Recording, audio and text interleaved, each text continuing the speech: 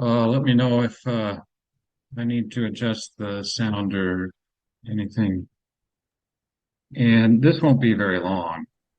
It's just really a statement of where uh, the direction I'm going, which is trying to get more people involved in occultations and in particular the students.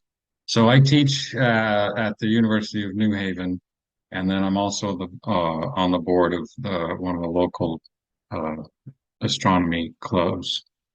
And it's been difficult to get the involvement, but I think that's changed. Now, before I talk about that, let me just point out that there is a Yahoo discussion group for the Northeast U.S. Occult NEAS, and there's a bunch of people involved here. George Biscoming, Steve Kennard, and Roxanne are all very active people involved in this. It's mainly an attempt to try and coordinate uh, observations together. So the goal is to get more scopes on more events, and it's not more scopes. I should say more scope on single events and more of these multi-chord events is the way I should have said that. That's the goal. The main issue that we have with the NEAS group is that the stations here we're still too far apart for most of these events. But every so often the stars align and we alert each other and we seem to observe more because of that. So also this discussions we've had have been extremely useful. So if you are interested if you're in the area, um, please join the group and we look forward to having new members there. Now the goals that I have with the students is multiple telescopes on more events nightly. So it's not just more events, more chords on a single event per night, but it's also multi-events per night. So leading to better astrometry, digital astrostatic satellite detections. Um, we are working towards automated scopes, allowing for unattended observations of multiple events per night. We're getting close. We're just having some difficulty in the last mile, as they say, is causing some trouble. But we are getting very close, and the students at the University of New Haven are helping with this, and they're finding it extremely useful. One of the things I didn't know, but have recently found, is that some of the departments at the university require uh, some research activity for the students, and so this is another way that I'm trying to help the students is because I need warm bodies and they need demonstration of research and involved activities. Another goal is public involvement and support of astronomy locally and training of the next generation scientists, engineers, and educators. Now, I've noticed, which many of you I think have also noticed on this particular um, uh, Zoom conference, is that there's a lot of gray hair. And I'm 61, and the only reason why I don't have gray hair is because I have red hair. we, my whole family, we don't really go gray, but we do get old. So I'm trying to work on the next generation. You know, this is kind of later in life and near the uh, end of career, and so I'm hoping to encourage, or I'm encouraging many of you to try and get more involved in your local groups. I know it can be difficult. The the hurdle for occultations is high, but I think we're seeing opportunities where some of these hurdles are going to start to clear here in the future with the easier equipment. So at the uh, this this is where I've mainly been doing the my observations, Westport Astronomical Society. We have 50 years we celebrate our 50-year anniversary in the next year, And so this is uh, we're not sure what we're going to do about that yet. But anyway, um, it is local and it has been the we do support the community and the community's been supporting us. And so I'm trying to get this more involved. Now, this was a photo, if you were at NEAF by chance, you probably saw this photo on the poster. This is student involvements at the Westport Astronomical Society. And the experience is that the students are very enthusiastic. They have absolutely no experience. You have to be extremely patient, and it takes a while to get them up to speed. And then the hardest part is that once you've done that, they're out. And so there seems to have been a turn in the last year or so that we're getting an influx of students that that looks like now there's more of a pipeline, and it helps that the other students are involved. The older students are helping the younger students, so this peer mentoring seems to be helpful for not only recruiting students but keeping them there. So let me just shout out to these two students. Monica's on the telescope there. She's been probably the best in the last year or so, and has been recruiting pretty actively and also training people. It's really great. And then the young lady behind her is she's actually just a freshman this year, so I have her for 3 more years, and I'm hoping. And she's actually already up to speed. So these two have actually submitted, I believe they've submitted a couple of reports by themselves, um, with just me overseeing what they're doing. But on a couple on at this stage, they can operate this scope by themselves, and it's a sharp cap setup with a QHY 174 camera. We are now adding next an observatory up the road about 30, 40 kilometers, the McCarthy Observatory in New Milford. And this is right next to a high school. They've been doing traditional astrometry there for years, mainly on NEOs, and also have a good pipeline of high school students. And because of the you know because of the local publicity uh, through the someone found me through that, and there's now a student, a Yukon student who is got a year's taking a gap year, and she's going to take over this. We've already done one observation. It's so this is just starting, but she's it was a miss, unfortunately. But we have more. We're just waiting for the weather to turn. Now, this is at University of New Haven, and this is what I'm up against, which is the lights. It's been difficult trying to find a spot on campus that is dark. The security, the campus, I have to say, feels very safe at any time. You know, there's probably 20 cameras on you at any time, but you also feel quite free. No one really bothers you. Um, but so we're out on near the baseball field, and you can see sometimes the tennis court lights get left on. They built this in the picture. They built this scaffolding for me to put the telescope up. It hasn't been stable enough, however. When the telescope cracks, it's the floor has been too unstable, and I don't get a good image. So at the moment, we're just observing from the ground down here. So this was actually the direction of one of the events that I observed. And so we have two scopes at New Haven, a 12-inch the 12-inch, and then there's 9 1/4, which I think we'll be using as a roving station. So we'll have some set stations at the observatories. This will be a set station at New Haven.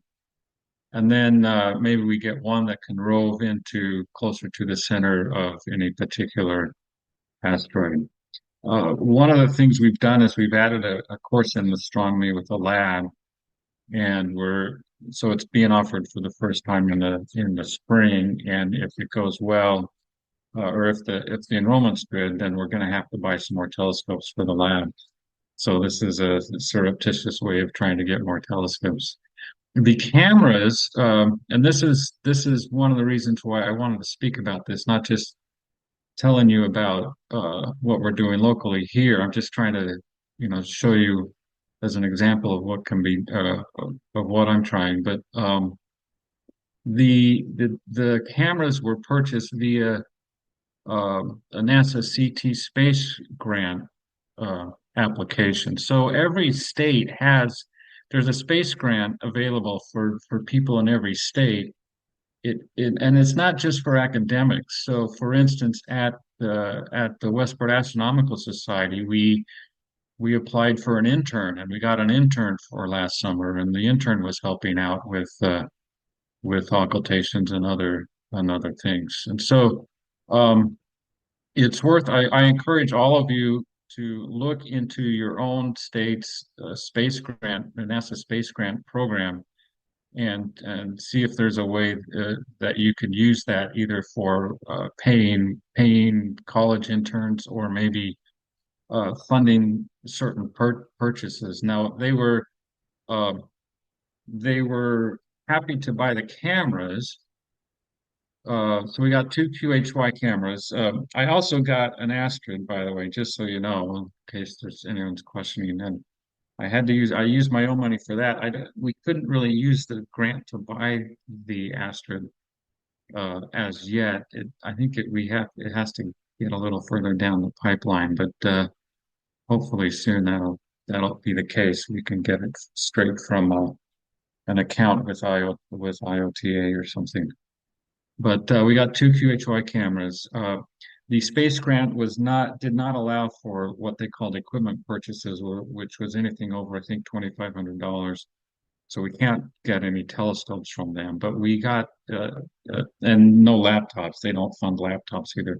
There's certain things that they won't fund, but cameras they purchased, and then some funds for travel and some funds for students. So that part was good. The one of the requirements is you must be a U.S. citizen. You can't just be a resident; it has to be a citizen. And then there's also a requirement for funding to be matched by the local institution, whatever it is. So um, check out your space grant in your area. We were successful here, and I think we were. It was so useful that I think we're going to make this a continuing type of a process, continuing application. So uh, this is the first light for the telescope here. You see three of the students here. This is actually Monica from Westport. She wanted to come, but two of these students here, and then these are two of the professors.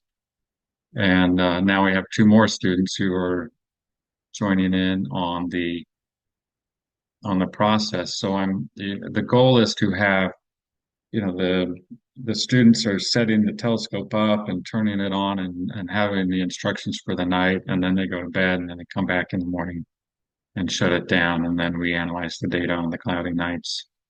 And the at the observatories at the here's a map of the observatory. So the New Haven is, this is an event coming up soon here. I don't see the date off the on the chart, but anyway, it's an event, it's a future event. You can see where we are in New Haven. We can see the Westport's down track of that, and then the New Milford one is clearly off the track. The goal eventually, if we can make these scopes completely autonomous and then it just makes sense to just let them all run, given the fact that we are finding more of these systems with satellites. If it's an autonomous station, and it's ready to go, and it's one of 10 during the night, or one of 5 or 10 observations during the night, then the telescope really doesn't care that it has to record data on what is probably calculated to be a very low probability event. But this is a way of finding moons. So that's the goal. This is another event that's coming up, and so you can see the expectation is, and actually um, um Rick Bree is down here, so maybe he'll join on this event. And George Lacombe's up that way, but I think that's a little bit out of his path. I don't think he traveled that far. Anyway, but you see that in this particular event, another one coming up, we'll have two. The plan is two telescopes on it here, and then maybe we'll have our lottery ticket scope here out on the side, um, looking for a satellite. And so that's really all I wanted to tell you. I just so we are up with 3 stations, two of which are currently require humans. Well, all three still require humans, but we're moving towards New Haven will be the first that'll be automated, and then we're moving towards that in the other two locations, um, autonomous and human-controlled systems for multi-coord observations on the events locally. So the goal is for a few good events per week with more than one chords. And again, the goal also, it's not just the science here. The science here uh, is important, but I think a bigger important thing that we really all need to be thinking about is how can we pass this on to the next generation. And that's all I had to say today. So thank you for your attention. Well, thank you very much, Kevin. And you're absolutely right. We need to be having outreach in this way, and I hope that your comments and descriptions will stimulate some other people to get involved with community programs or educational institution programs such as yours to do a similar type of activity. Thank you very much. Any questions or comments on Kevin's talk?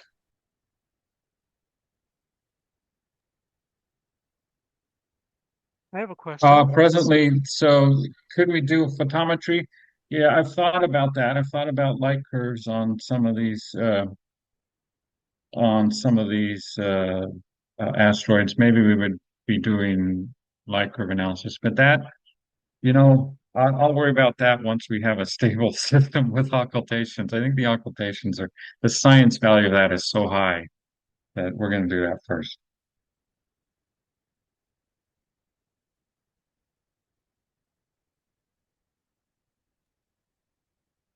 I have a question. With the observatory doing astrometry, uh, yeah, could you get them to do photometry and or do they have the precision to do last minute astrometry for some of these events where we have um, uncertain orbits and last minute astrometry might help improve paths. It's possible. A lot of this, uh, I've been talking to McCarthy for like 3 years now, and it's only recently that it's that they've been open to it. And I think it's just because number one, I've been persistent. Number two, there's someone that's interested in doing the occultations and are willing to do it. And I think um, so. I think the other stuff could be done. I like the NEO stuff. I like because they've been chasing NEOs for years, and they're one of the better ones uh, in the United States doing that. They're usually ranked pretty high up in terms of the number of uh, uh, NEOs that they follow when they come through every year. But they yeah, maybe they could do that. I mean, we all could do that, right? We all could Good do that. point.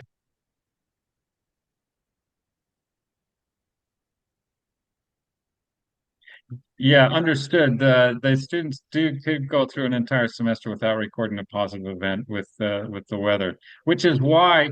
So that's also why I think what we want to do is do the autonomous stuff. So let them get 5 or 6 events, uh, you know, per night, and then if it just depends upon the weather, but then we at least have 20, 30 possible events to look at through the year. And then with the distributed with more than one telescope on these events, someone's bound to get a positive. That's also part of the goal.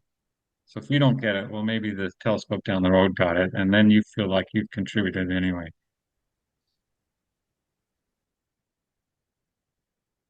What's your first sentence to the new students? What's the hook? You want to do observations that will ultimately get to NASA. This is real life science you're doing here. That's the hook, Okay, and sounds good. they just love that. They just eat that up. You Real know, science. yeah. You go through high school or even college, and you're in these labs, and these labs are, oh my goodness, they're great in demonstrating things like, physical properties, but they're just not they're just not as exciting as going out and taking data on something that no one's taken data on before, and then will can be used to for better understanding of asteroids. I think that's a great sell. Just remember how excited you were when you had your first positive asteroidal occultation. That's what these students are going to experience. That's really something cool.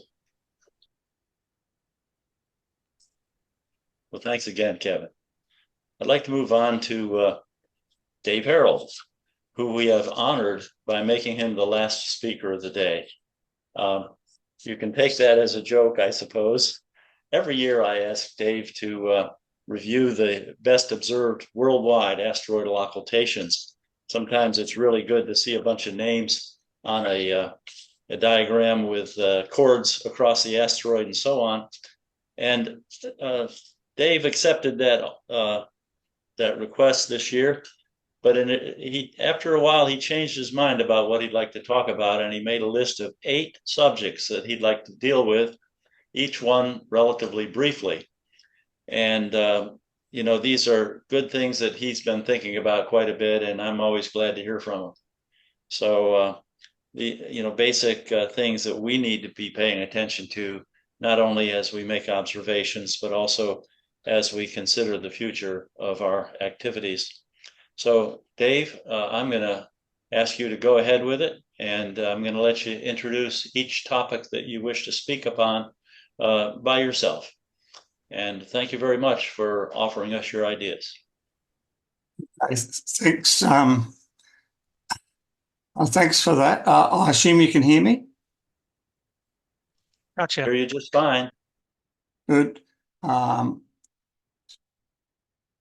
And hopefully my screen has been shared now.